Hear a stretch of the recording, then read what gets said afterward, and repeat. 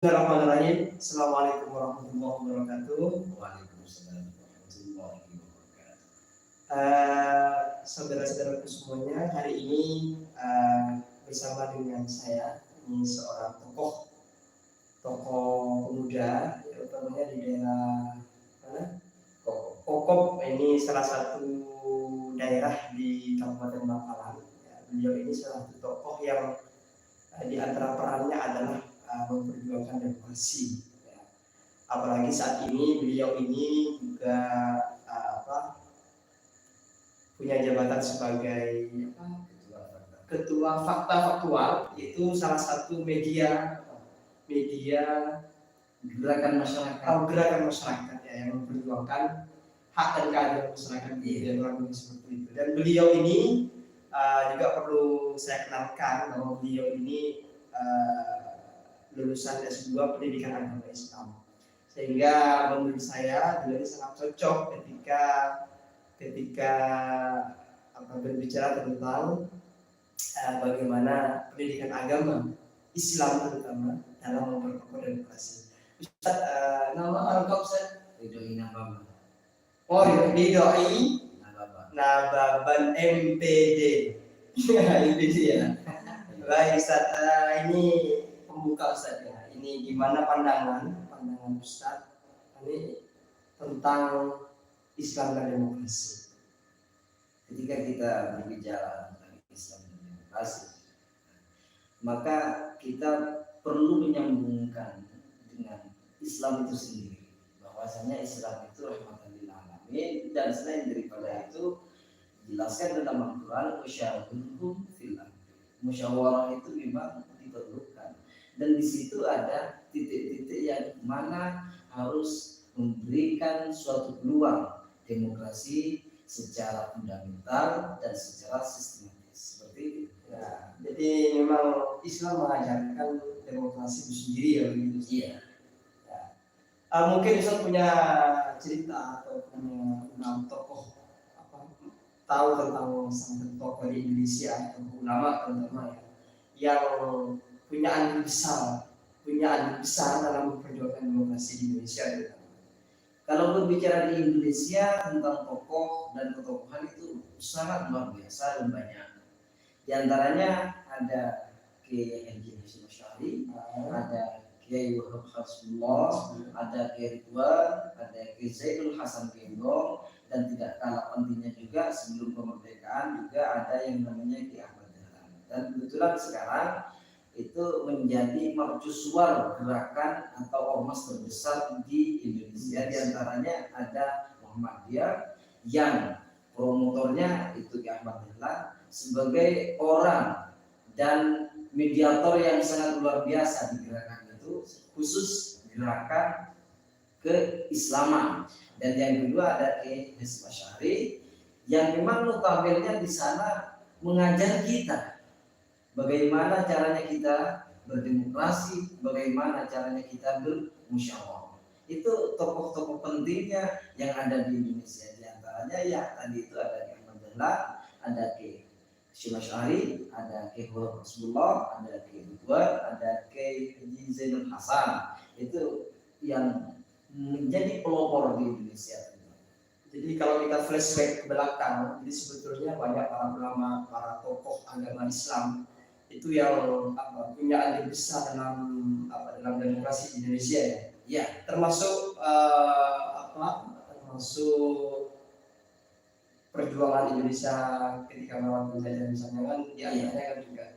Iya, ada revolusi jihad. Sebelum revolusi jihad itu kan tentu ada musyawarah dulu, ada dinamika demokrasinya dulu, bagaimana kita melakukan dan mempertahankan gitu. Ya. Terus kemudian Ustaz, kalau kita melihat kondisi saat ini, bagaimana pandangan Ustaz tentang peran dari pendidikan agama baik di sekolah ataupun di masyarakat? Harusnya bagaimana tokoh itu, para ulama itu memperjuangkan atau membackup demokrasi itu supaya atau agar sesuai dengan etika demokrasi yang diajarkan oleh Islam. Kita berbicara tentang sekolah, dalam ilmu tarbiyah, berbicara tentang sosial dalam masyarakat akan seperti itu.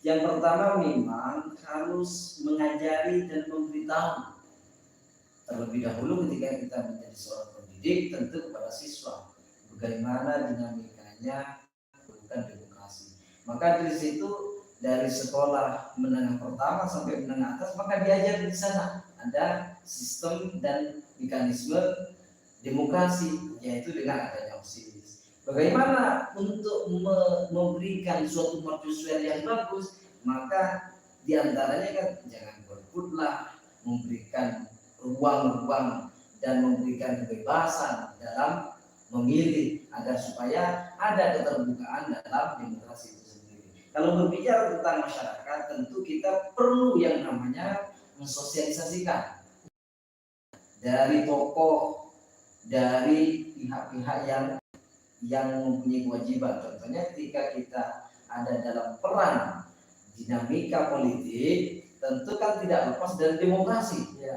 Maka dari situ juga kita perlu peranan dari orang-orang yang mempunyai kebijakan di sana, yaitu KPU, kolaborasi dengan para tokoh. Ya, takutnya kenapa? Seakan-akan ketika KPU itu dianggapnya ada hal yang kurang. Anggapan masyarakat ketika seperti itu, maka andilkan dengan tokoh yang ada di sekitar.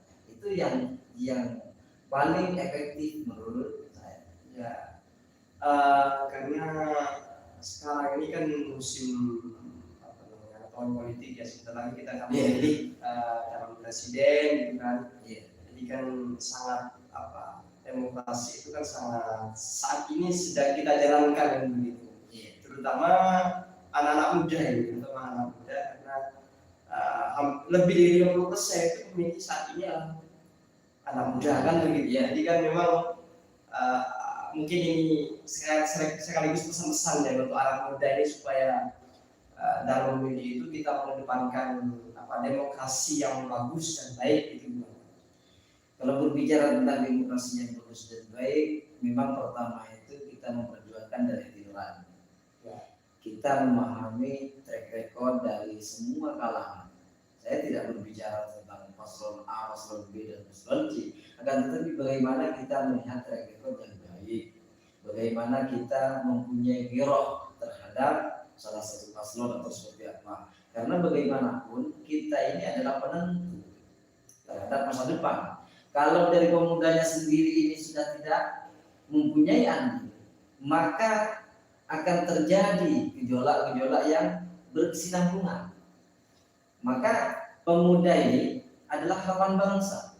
Kalau pemudanya ini sudah tidak bisa memberikan suatu warna yang baik, suatu warna yang bisa memberikan mercusuar yang baik, maka ini suatu kegagalan dalam suatu masa. Oleh sebab itu, kalau berbicara tentang pemuda dalam demokrasi, sangat erat kaitannya kita sebagai pemuda harus mempunyai insting terhadap apa yang harus kita pilih.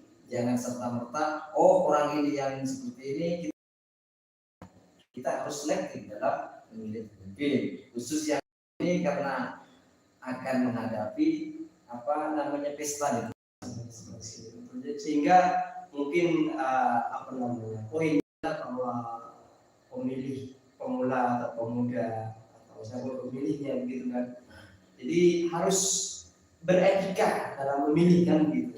Harus demokrasi juga harus beretika sehingga kita menghasilkan produk-produk atau menghasilkan pemimpin yang juga sesuai dengan harapan ya. Dan itu kan sebenarnya kan ajaran Islam sebetulnya. Sebenarnya itu memang ajaran Islam. Cuma yang ketika berbicara tentang desentralisasi, demokrasi, antara penerangan demokrasi, antara demokrasi timur, demokrasi barat, dan demokrasi yang kita hadapi sekarang ini, memang ada gesekan yang agak berbeda. Kenapa? Karena terkadang begini, ada demokrasi terpimpin itu kadang-kadang membedakan kita. Itu aja sebenarnya. Ya. Jadi memang di dalam demokrasi itu peranan pendidikan agama itu sangat penting ya. Karena pendidikan agama berarti yang membackup supaya demokrasinya bagus kan begitu. Iya. Jadi beretika kan begitu ya. Dan itu yang menjadi Filter ya, supaya tidak ada kecurangan macam-macam. Iya. Mungkin terakhir penutup mungkin pesan-pesan untuk kita semuanya supaya kita berdemokrasi sesuai dengan etika atau mungkin nanti ditutup dengan bagaimana ulama zaman dulu itu membackup demokrasi itu supaya tidak keluar dari jalan. Iya. Nah, ketika kita berbicara tentang demokrasi ya, ketika kita berbicara ini sebagai statement akhir mungkin, demokrasi itu ketika kita belajar dari siapa? Demokrasi itu dari rakyat untuk pemerintah dan kembali kepada rakyat. Siapa yang harus di demokrasi ini adalah bagaimana kita memberikan cakupan-cakupan yang setara terhadap pejabat menengah ataupun kepada rakyat biasa. Oleh sebab itu kami minta walaupun kepada pejabat elit dan seterusnya agar supaya tidak ada iming-iming yang mendrive demokrasi itu sendiri. Karena demokrasi itu sendiri adalah suatu bentuk penerapan kita, suatu bentuk kebebasan kita dalam memilih sesuai dengan apa yang kita inginkan. Maka tidak jauh beda dengan penerapan para ulama pendahulu. Ulama pendahulu memberikan stimulus yang bagus agar supaya menjadi pemuda-pemuda yang handal. Makanya ada kata-kata ulama itu laisal fata bi ghairil ilmi, dan ilmu ketika kita berbicara tentang demokrasi adalah ilmunya demokrasi. Ketika kita berpolitik ilmunya berpolitik. Maka di sana secara konvensif yang dijelaskan.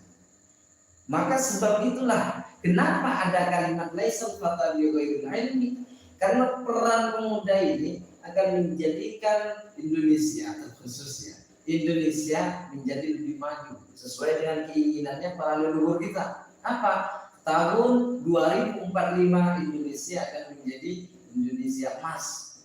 Nah, ini adalah perannya para pemuda.